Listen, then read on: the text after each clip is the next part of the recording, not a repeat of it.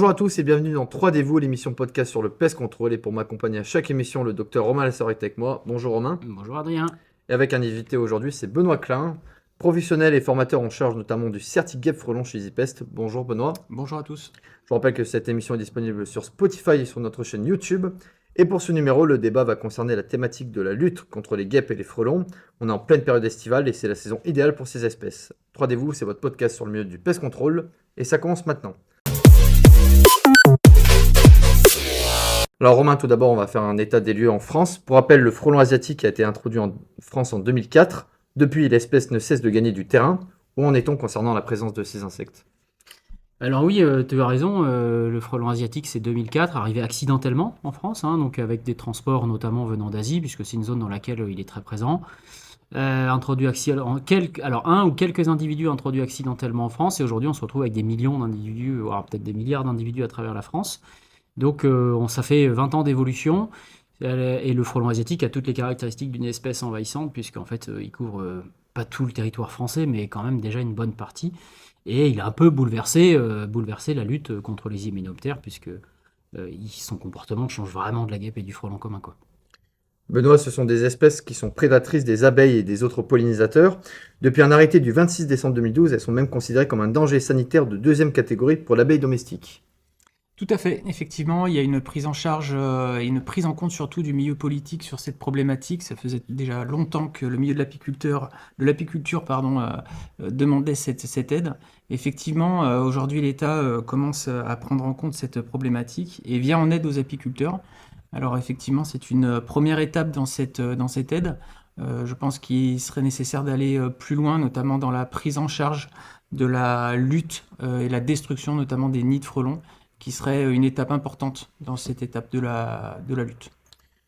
Romain, pour l'homme, en quoi ce sont des espèces qui sont considérées comme nuisibles ? Alors effectivement, petite transition avec la question d'avant, la particularité du frelon asiatique, c'est qu'il est très carnivore, donc il va attraper d'autres insectes pour se nourrir, notamment les abeilles, c'est pour ça que le lien se fait avec le monde de l'apiculture, et ce beaucoup plus que le frelon commun ou que la guêpe germanique par exemple. Alors, les dangers, ils sont multiples. Le premier danger, c'est la raison pour laquelle les professionnels comme Benoît luttent contre le frelon asiatique et forment aussi les autres professionnels. C'est le cas de la double casquette de Benoît. C'est le principal impact sur la santé publique par les piqûres. Puisque on voit tous les étés des gens qui font des œdèmes de coin, qui succombent à une piqûre soit de guêpe, soit de frelon commun ou de frelon asiatique. Alors le frelon asiatique, il a aussi la particularité d'être très agressif, donc ça facilite les piqûres. Après, on a d'autres impacts qui sont l'impact sur la biodiversité, notamment par la consommation des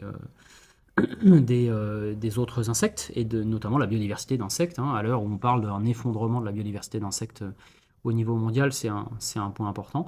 Et donc, on a l'impression effectivement que le frelon asiatique, dans certaines zones, supplante les autres espèces. Donc oui, atteinte à la biodiversité, atteinte à l'économie des apiculteurs, et puis risque pour la santé humaine également, principalement.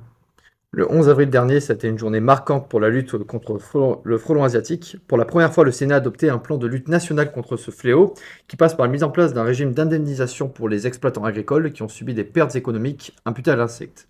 Alors, une telle stratégie était attendue, mais est-ce qu'elle est suffisante, Benoît ?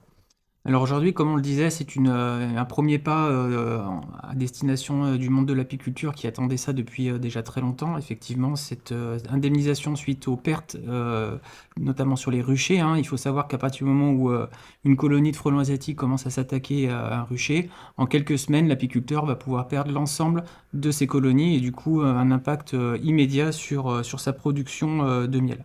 Alors, bien évidemment, cette indemnisation n'est pas, à mon sens, suffisant, puisque pour avoir de vrais résultats, on doit forcément s'appuyer sur des campagnes de destruction massive.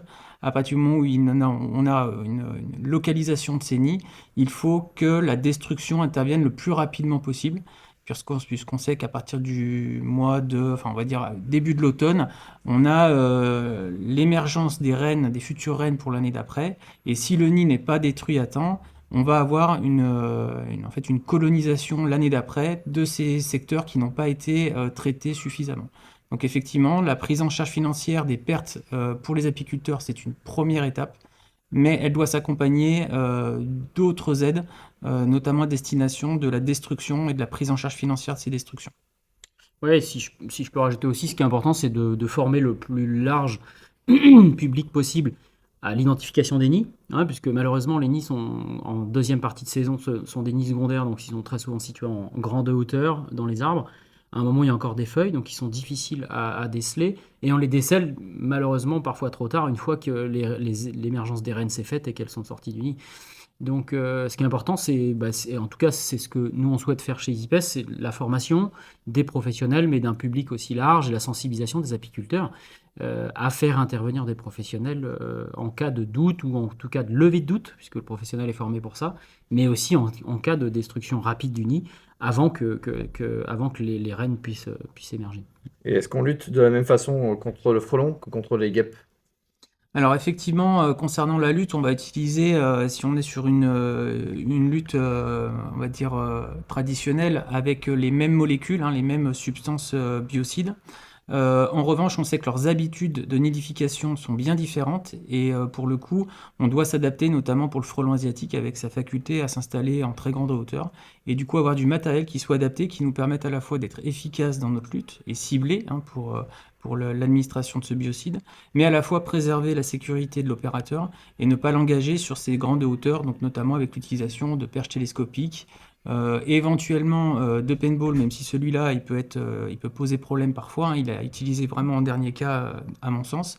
Mais effectivement, c'est surtout plutôt au niveau du matériel qu'il va falloir qu'on fait évoluer pour ce frelon asiatique, et non pas les molécules biocides qui, elles, pour le coup, sont efficaces sur l'ensemble de ces hyménoptères. Ouais, je pense qu'effectivement, on peut rajouter que le frelon asiatique a ramené une dimension de risque pour le professionnel qui autrefois pouvait évoluer à 1, 2, 3 mètres de hauteur. Là, aujourd'hui, on est sur des grandes hauteurs. On peut dépasser 10 mètres, 15 mètres, 20 mètres pour le frelon asiatique. Avec des gens qui pensent devoir s'engager dans ces hauteurs avec des nacelles ou autres, attention, ou évoluer sur des toits. Attention, ça reste un métier à risque. Il y a un risque d'utilisation des insecticides, ça c'est clair, donc porter ses EPI et une combinaison pour éviter les piqûres, c'est important. Mais le frelon asiatique, notamment, est venu appuyer sur l'autre risque qu'est le travail en hauteur et donc le risque de chute des professionnels. Donc, nous, c'est vrai que c'est un point sur lequel on insiste beaucoup aussi pendant nos formations. Pour terminer, Benoît, est-ce qu'il faut s'inquiéter de ce fléau? Alors en tout cas, il faut le prendre très au sérieux. On voit qu'il a un impact sur différents domaines, que ce soit auprès de l'apiculture, mais pas que. On sait que le milieu des travailleurs également en extérieur, hein, le paysagiste, je pense aux charpentiers, etc. Tout ça, ce sont des métiers qui sont soumis à ce risque de par la présence de ce frelon asiatique. Donc j'apporterais plutôt une notion de vigilance et surtout continuer les efforts dans le domaine de l'information et que les gens soient de plus en plus aguerris à l'identification de cet insecte pour pouvoir derrière déclencher des interventions de lutte et pouvoir diminuer la pression, puisqu'aujourd'hui on ne parle plus d'éradication de cet insecte, hein. On parlera plutôt de régulation de l'espèce sur un territoire donné. Oui, surtout un petit point pour la fin, que les particuliers fassent pas par eux-mêmes. C'est là qu'ils s'exposent à des risques, mais fassent confiance à des Toujours appel aux professionnels. professionnels. Voilà. Eh bien, ça sera le mot de la fin. Benoît, merci d'avoir accepté notre invitation. Merci à vous. Romain, merci à toi. Avec grand plaisir. Et on se retrouvera très vite pour un nouveau numéro de 3D vous. En attendant celui-ci sur Spotify, sur notre chaîne YouTube. Merci à tous et à très vite.